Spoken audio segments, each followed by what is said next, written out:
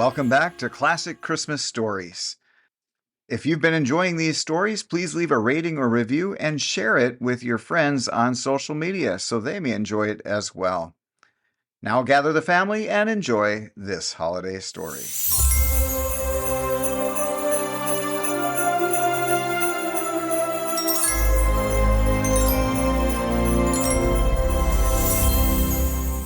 The House of the Seven Santas by John Kendrick Bangs.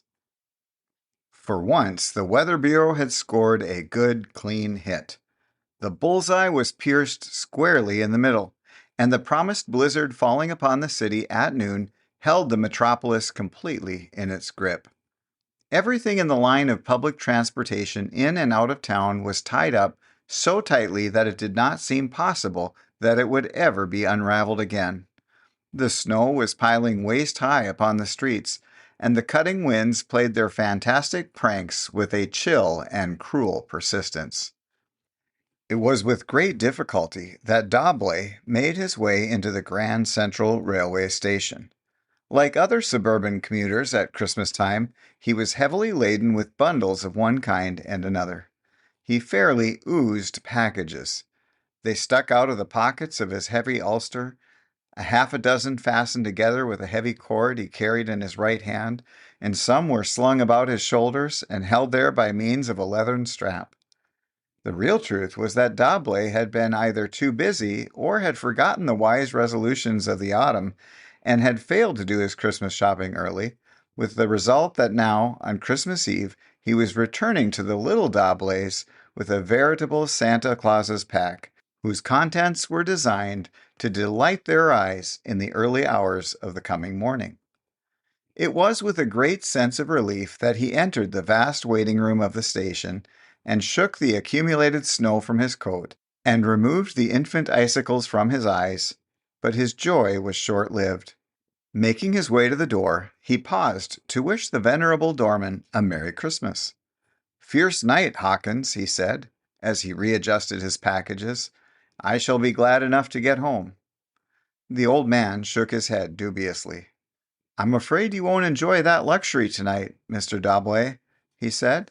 "We haven't been able to get a train out of here since 1 o'clock, and the way things look now, there won't be any business at this stand for 24 hours, even if we have luck." "What's that?" returned Dobley. "You don't mean to say—" "No trains out tonight, sir," said the doorman. "The line's out of commission from here to Buffalo anyhow, and nobody knows what's going on west of there. The wires are down, and we're completely shut off from the world." Dobley gave a long, low whistle. "By Jove, Hawkins," he muttered ruefully. "That's tough." "Kinda hard on the kiddies, eh?" said the old doorman sympathetically. "Mighty hard," said Dobley, with a catch in his voice. "No chance of anything? Not even a freight?" he went on anxiously. "Couldn't pull a feather through with 30 locomotives," was the disheartening response. "I guess it's the hotel for yours tonight, sir." Dobley turned away and pondered deeply for a few moments. Taking care of himself for the night was not, under the circumstances, a very difficult proposition, for his club was not far away, so that he was not confronted with the uncomfortable prospect of sleeping on the benches of the railway station. But the idea of the little Dobleys not finding their treasures awaiting for them on the morrow, to say nothing of the anxiety of Mrs. Dobley over his non-arrival, was, to say the least, disconcerting. "Oh well," he said philosophically, after going over the pros and cons of the situation carefully, "what's the use of worrying? What must be, and I'll have to make the best of it." He buttoned his heavy coat up snugly around his neck, and seizing his bundles with a firmer grip, wished the old doorman a good night, and went out again into the storm. 15 minutes later, looking more like a snowman than an ordinary human being, he entered the club, and if it be true that misery finds comfort in company, he was not doomed to go without consolation. There were 5 other fellow sufferers there, trying to make the best of it. "Hello, Dobby," cried his friend and neighbor, Grantham. "What's happened to you? An 18-carat family man spending his Christmas Eve at a club? Shame on you." I am duly repentant, Gran, replied D'Arblay. But you see, as your neighbor, I felt it my duty to keep an eye on you this night.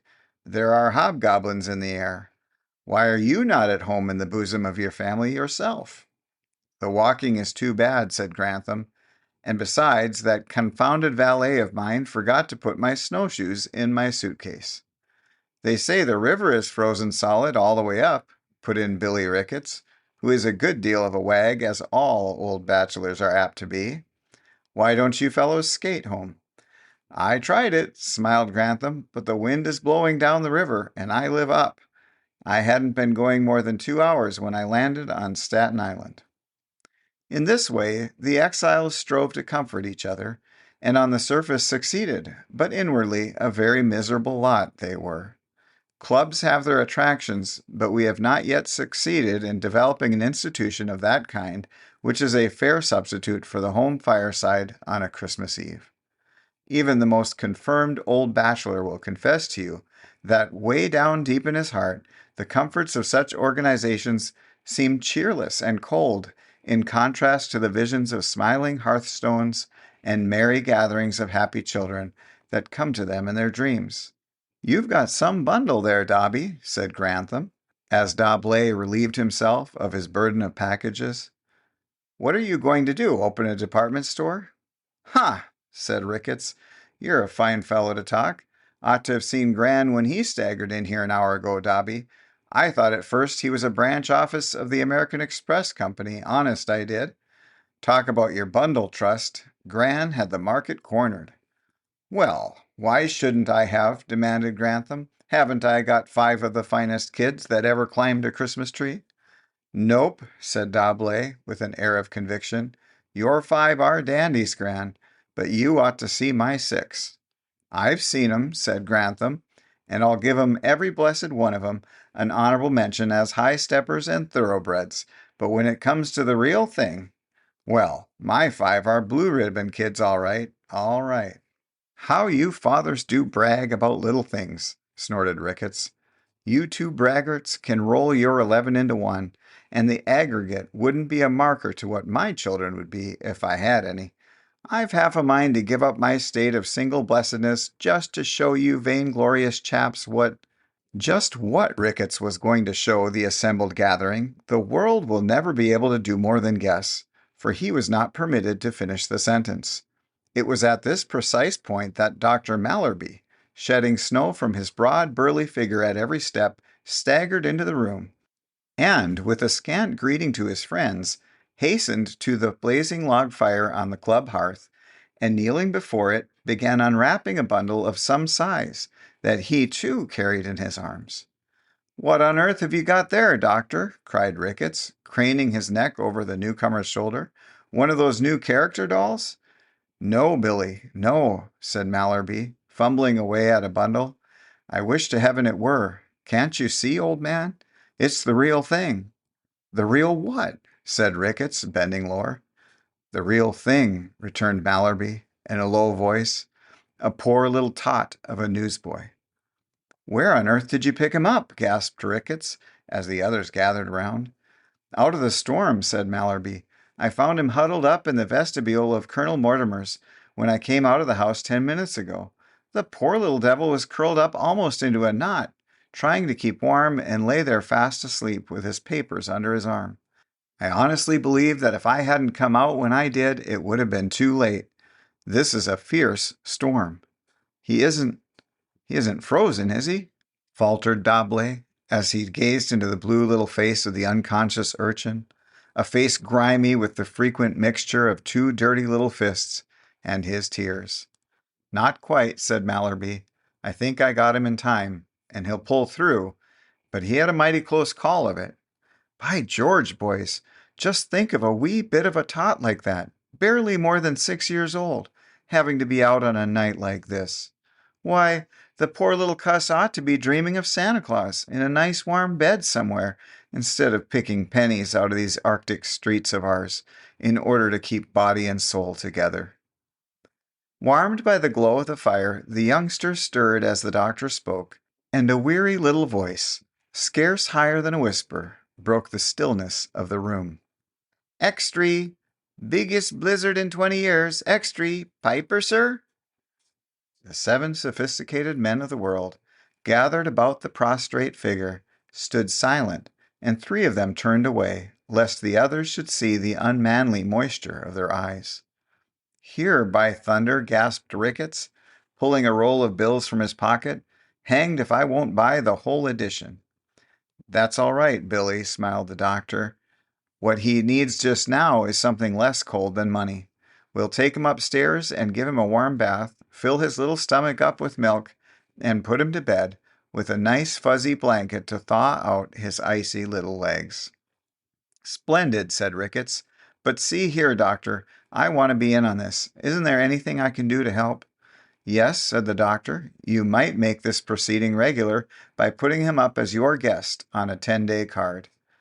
The little bundle of rags and humanity was tenderly carried to the regions above, and under the almost womanly ministrations of Dr. Mallerby was completely restored to cleanliness and warmth.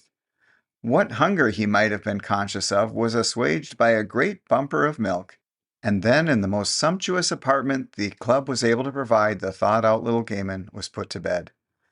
The snowy sheets, the soft, downy pillows, and the soul-warming blankets were not needed to lure him into the land of dreams, for the bitter experiences of the early hours of the night still weighed heavily upon his eyelids, even if his mind and heart were no longer conscious of them. He presented a most appealing picture as he lay there, after settling back with a deep-drawn sigh of content into the kindly embrace of a bed 7 or 8 sizes too big for him, his little legs scarcely reaching halfway to the middle, and his tousled head of red hair forming a rubricated spot on the milk-white pillowcase as it stuck up out of the bedclothes and lay comfortably back in what was probably the first soft nest it had known since it lay on its mother's breast, if indeed it had ever known that rare felicity.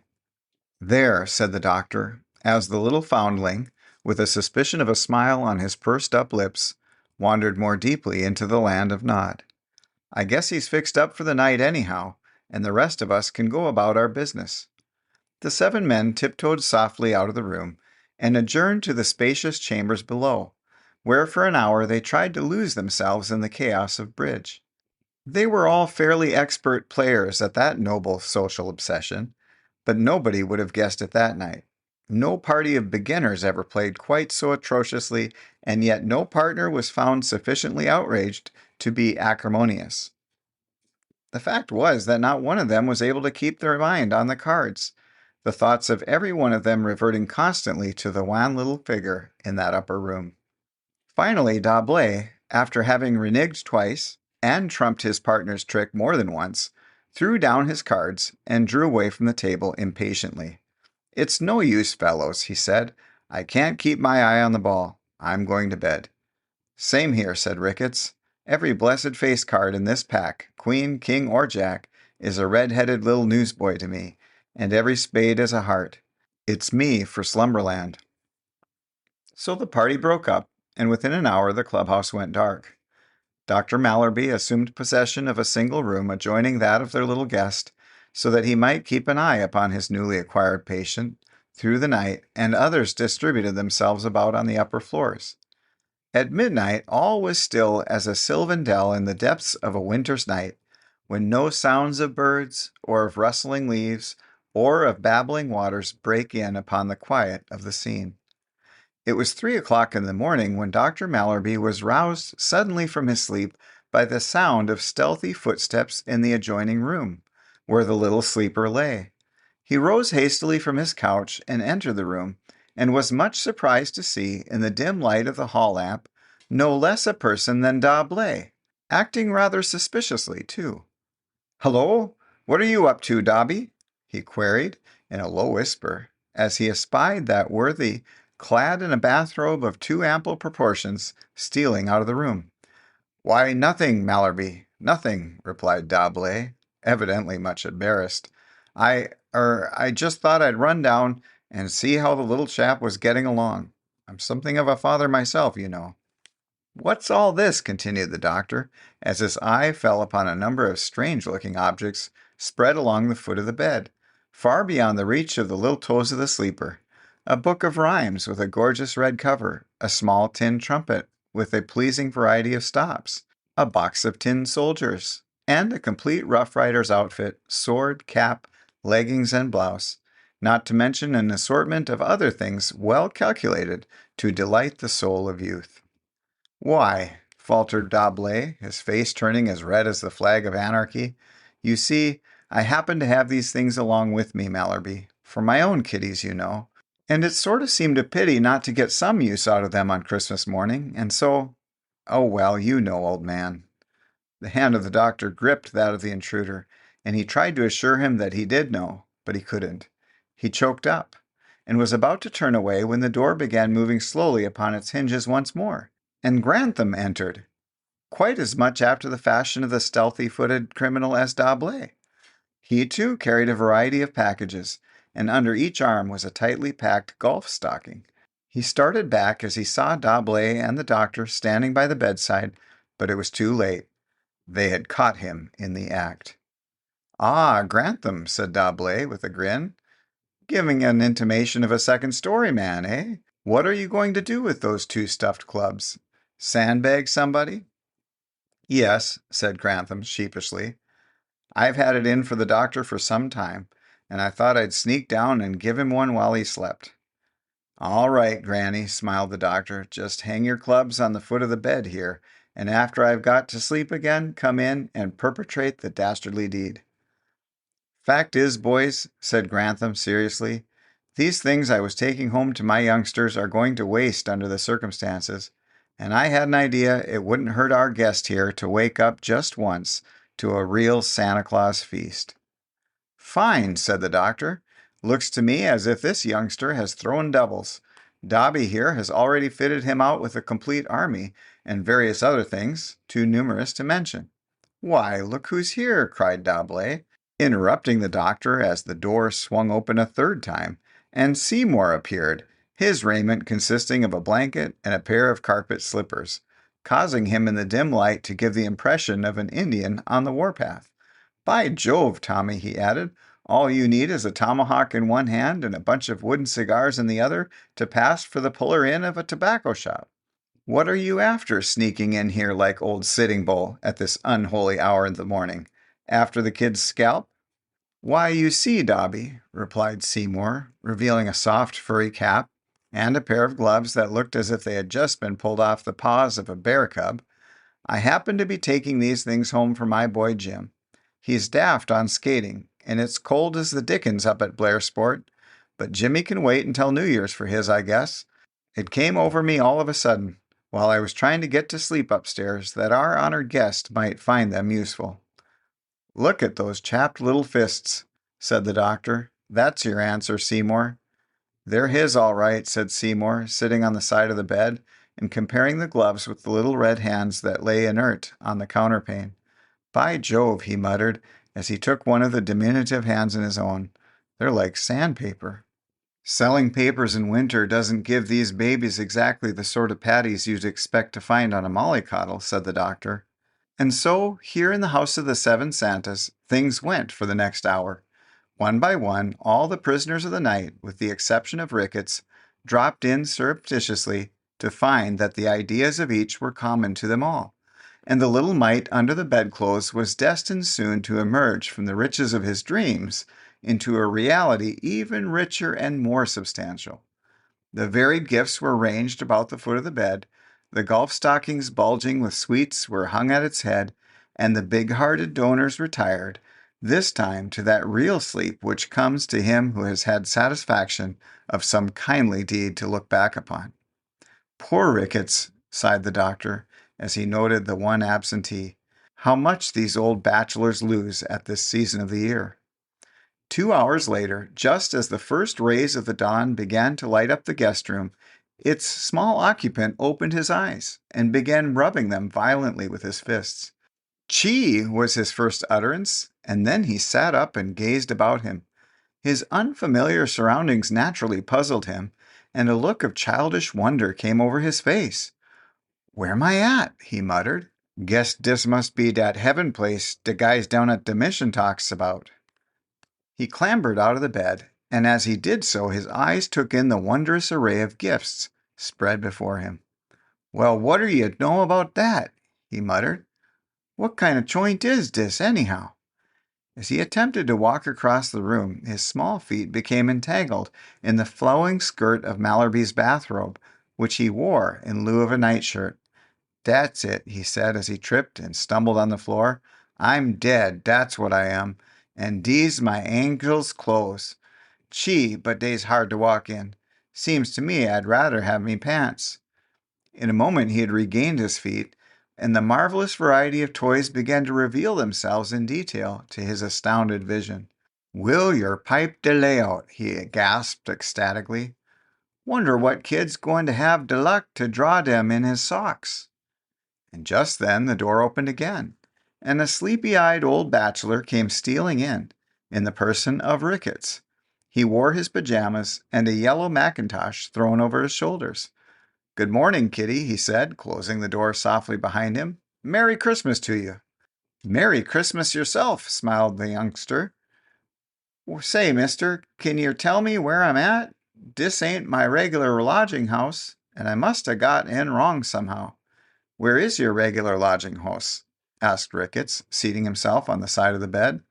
"Oh, any old place where dere's room for me and my feet at the same time," replied the boy. "Packin' boxes mostly in de winter time, and de docks in the summer." "But your parents," demanded Ricketts. "Where are they?" "Me what?" asked the boy. "Your parents. Your father and mother," explained Ricketts. "I ain't never had no mudder," said the boy. "But me fadder, well, me and him had a scrap over me wages last summer, and I ain't seen him since." "Your wages, eh?" smiled Ricketts. The idea of this little tad earning wages struck him as being rather humorous. "He thought I ought to give him de whole wad," said the boy, "and when he licked me for spending a nickel on meself and a friend of mine last 4th of July, I give him de skidoo." "I see," said Ricketts, regarding the little guest with a singular light in his eye. "You've got a lot of fine stuff here from old Santa Claus, haven't you?"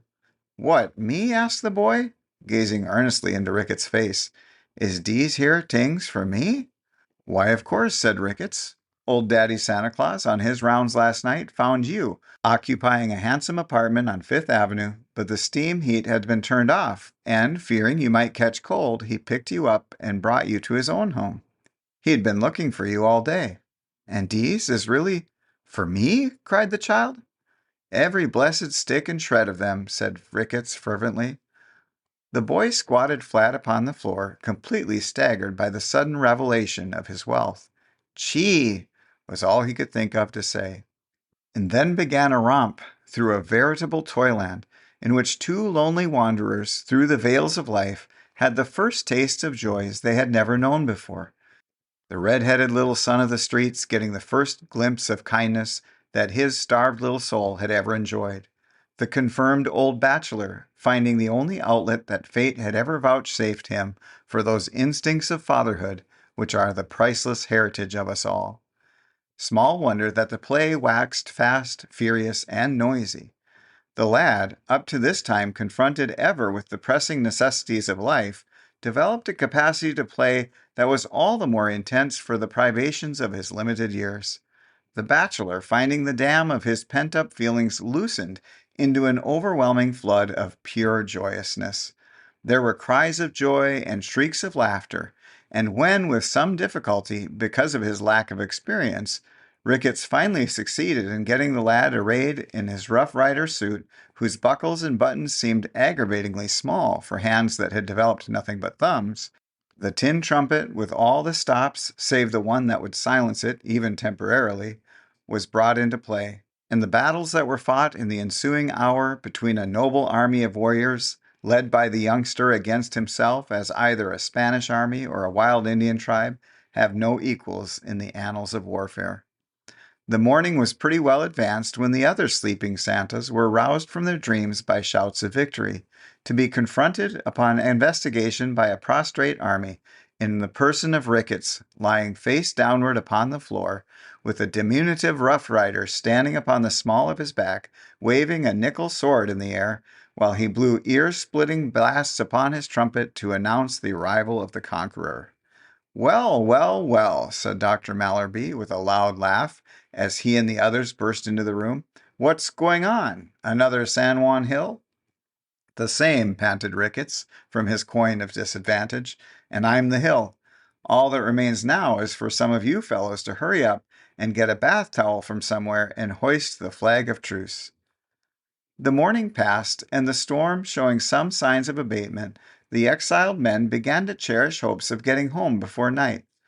Communication with the railway station elicited the gratifying news that about 4 o'clock in the afternoon a train would be sent forth to carry the marooned suburbanites back to the scenes of their domestic desires. Meanwhile, the honored guest received to the full all the attention of which the seven Santas were capable. Only in making up for the lost playtime of the past, the guest proved to be untiring, while the seven Santas were compelled now and then to work in relays in order to keep up with the game. Hence it was that at various hours of the day, dignified businessmen were seen to be squatting upon the floor, irrespective of that dignity, running iron cars over tin railway tracks, arranging the serried ranks of tin soldiers in battle array, answering strident summonses to battle sounded on that everlasting tin trumpet, and, strange to say, joining their young friend in feasts of candy and other digestion-destroying sweets which they had forever eschewed long years before. I suppose I'll suffer for this, said Grantham, as at the command of his superior officer he swallowed the handle of a peppermint walking stick, after Fletcherizing it carefully for several minutes. But, by ginger, it's worth it. You'll be all right, Gran, laughed the doctor. If worse comes to worse, I'll blow you to a pony of ipecac, unless you prefer squills. But at last, even the strenuous nature of the guest began to show signs of the day's inroads upon his strength, and when the hour for the departure of the suburbanites came shortly before 4, and they all gathered around him to bid him their adieus, they were hardly surprised to find him cuddled up on the bearskin rug before the fire, fast asleep, with his tin trumpet hugged tightly to his breast. "We're a great lot," said D'Arblay suddenly. "We can't all go off and leave him here alone. What the dickens are we going to do?" "Don't bother," said Ricketts, from the depths of the lounge, where he had been trying for some minutes to get a much-needed rest. I haven't anything on hand, boys. Leave him to me. I'll take care of him." "I move we all meet here tomorrow," said Grantham, "and see what's to be done with the kid." Ricketts rose up from the lounge and started to speak, but he was interrupted by the doctor. "Did any of you think to ask the little tad his name?" he inquired. "That's where I come in, boys," said Ricketts. "You needn't bother your heads about his name or his tomorrow. I'll take care of both. You men have provided him with the joys of today, pretty substantial joys, too, as those of us who have helped him to enjoy them can testify. As a hearthless old bachelor, boundless and forlorn, I was unable to qualify on the toy end of things, but when it comes to names, I'll give him one as my contribution to his Christmas possessions." "Good for you, Billy," laughed D'Arblay. "Would you mind telling us what it is to be, so that we can put him on our visiting lists?" "Not in the least," returned Ricketts, with an affectionate glance at the boy. "He is to be known henceforth as William Ricketts, Jr." "William Ricketts, Jr.!" cried the others, almost in one voice. "Precisely," said Ricketts, turning and facing them. "From now on, you fellows will have to quit putting it all over me because you have children and I haven't. I've come into a ready-made family, rather unexpectedly, but there it is. It's mine, and I'm going to keep it. I've been without one too long, and after what I have tasted this day, I find that I have acquired a thirst for paternity that can never be cured. Tomorrow I propose to adopt our small guest here formally by due process of law." "But where do we come in on this?" cried Grantham. "It's bully of you, old man, but we can't permit you to shoulder the whole burden of this boy's—" "Shut up, Gran," retorted Ricketts, with an affection of fine scorn. "You and the rest of this bunch are nothing but a lot of blooming uncles. And by the way, gentlemen," he added, with a courtly bow, "I thank you all from the bottom of my heart for your kindness to my son. Good night."